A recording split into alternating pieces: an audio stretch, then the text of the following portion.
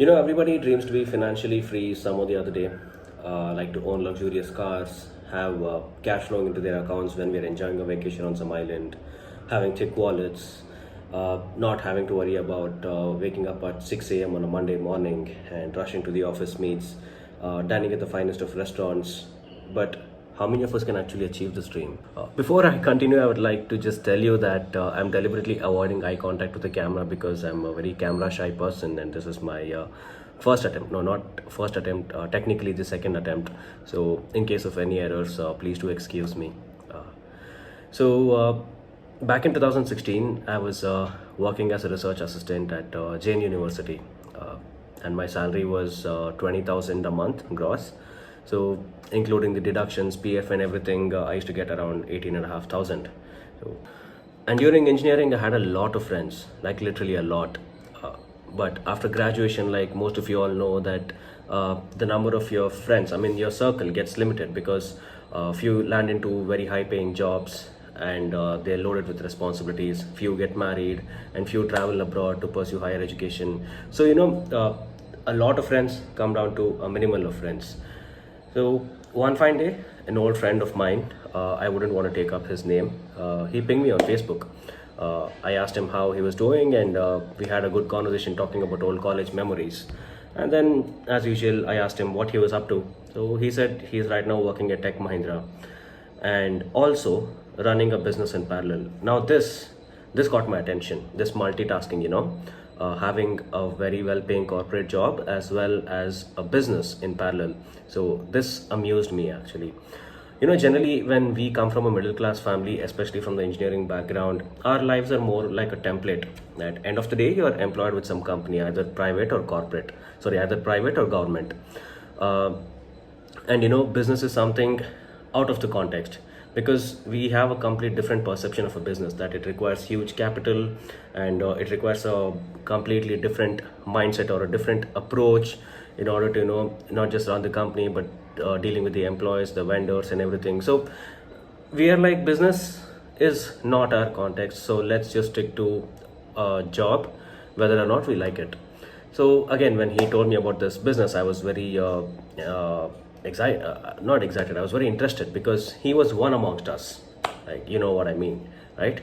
So I asked him about it, asked like, tell me about this business. So he said it's an e-commerce business and it deals with direct sales. I didn't understand anything, so I asked him about the website and the range of products. But for every question, he just insisted that we meet, and he introduces me to one of his partners who can explain everything to me. So I was like, okay, fine. I anyway don't have a fair understanding of your business, but it's okay, fine. I don't mind meeting. But I had only one condition, that I meet him alone and not his partner. So we agreed on a day, and the day finally arrived. So he got his laptop along with him, and he loaded me with this entire gyan of why financial freedom is very important to you. And he kept kept asking why I'm interested in this business. And my answer was straight cut. So I said, see, one or the other day I want to become a filmmaker. And filmmaking is a very risky business to get into because I don't have any formal filmmaking background, because I don't have anyone to back me. And if I have to enter this industry, I need to be financially set. So in order to be financially set, I need to have a parallel source of income. So this was my answer, and I stuck to it. So the presentation went on for almost 2 hours, and I didn't understand one bit of it, but it definitely seemed like a good opportunity because he kept showing me photos of his recent trip to Dubai and Thailand. And he also told me that he had sent his parents abroad for the first time in his life, and all of this was from his business money. Now tell me, which middle class person won't be interested in an opportunity like this, especially when you get to travel abroad, send your parents, and all of those things, right? So generally in life, what we come across is we have a few people in our network, like few people as in it could be our friends or relatives, and those few people are the ones whom we admire a lot. We're always of the assumption that this person can never take a wrong decision. So their lifestyle, and the way they carry themselves, and we always think that whatever happens, this person does their research thoroughly, so we blindly trust their choices. And this person was one amongst them in my network. Now, after the presentation, I went home. He had told me that it was to do with this company called Qnet, and I researched on the internet, and I was surprised to actually see the amount of negativity. Okay, and I actually suspected that it was just like another chain link because I had lost a lot of money before.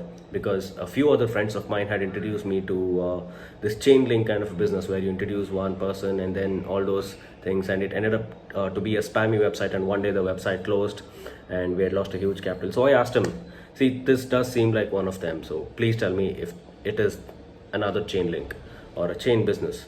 So I said, so what he said was, I definitely expected this question and I was waiting for that, but my partners are the ones who have retired from military, who have retired from the air force, and I do work with people who are in very successful corporate jobs, like they're in C-level positions. So, and then he went on clearing it. So what I did was I just convinced myself to shut up. So I was like, okay, if in case such people are there in this business, there should be something that is very genuine about it. So, and then the whole discussion of investment started up, and he asked me to get started with 3.5 lakhs. I still didn't have a clear picture about the business, so all I knew that was these people and the ones at whom he's working with might not take a wrong decision ever in their life. So 3.5 lakhs was what was suggested to me, but I said that is completely out of my budget because I just started working and my salary is just 20,000 a month, and so 3.5 lakhs is not going to happen. The maximum I can try is 50,000, and luckily he agreed to it. So what I had to do was I had to call my brother who was then abroad, and I asked him to lend me 50,000, which I would repay it later, and then he agreed. So yeah, I got back to this friend, and then I had to buy a product to get started. So I chose a watch. So and then officially I was signed up, and then next week I was invited to a meeting, and then my journey began. So instead of narrating my entire story, which would take more than an hour, I would like to summarize my entire experience of almost 1 year by dividing that into positives and negatives, the outcomes of signing up or the joining Qnet.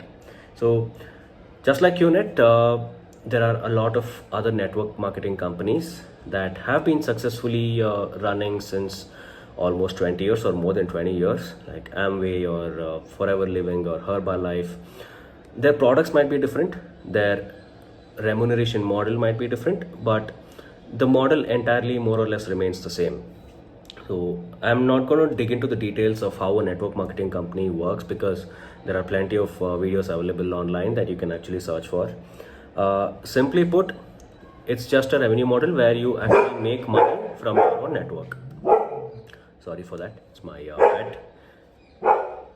So as and when I take you through the journey, listing the positives and the negatives, I might use a few terms that might sound technical, which I will explain it to you. As of now, the only two things that I can think of is uplines and downlines. So people who generally join the business before you, or people who referred you into the business, they are called as your uplines. Whereas people who join the business after you, or the ones that you refer, are called as downlines. Now, before I proceed, the intention of this video is not to demean any of my uplines or downlines, or it's not even that I have a personal grudge against the company. These are my pure learnings that I have taken from the industry.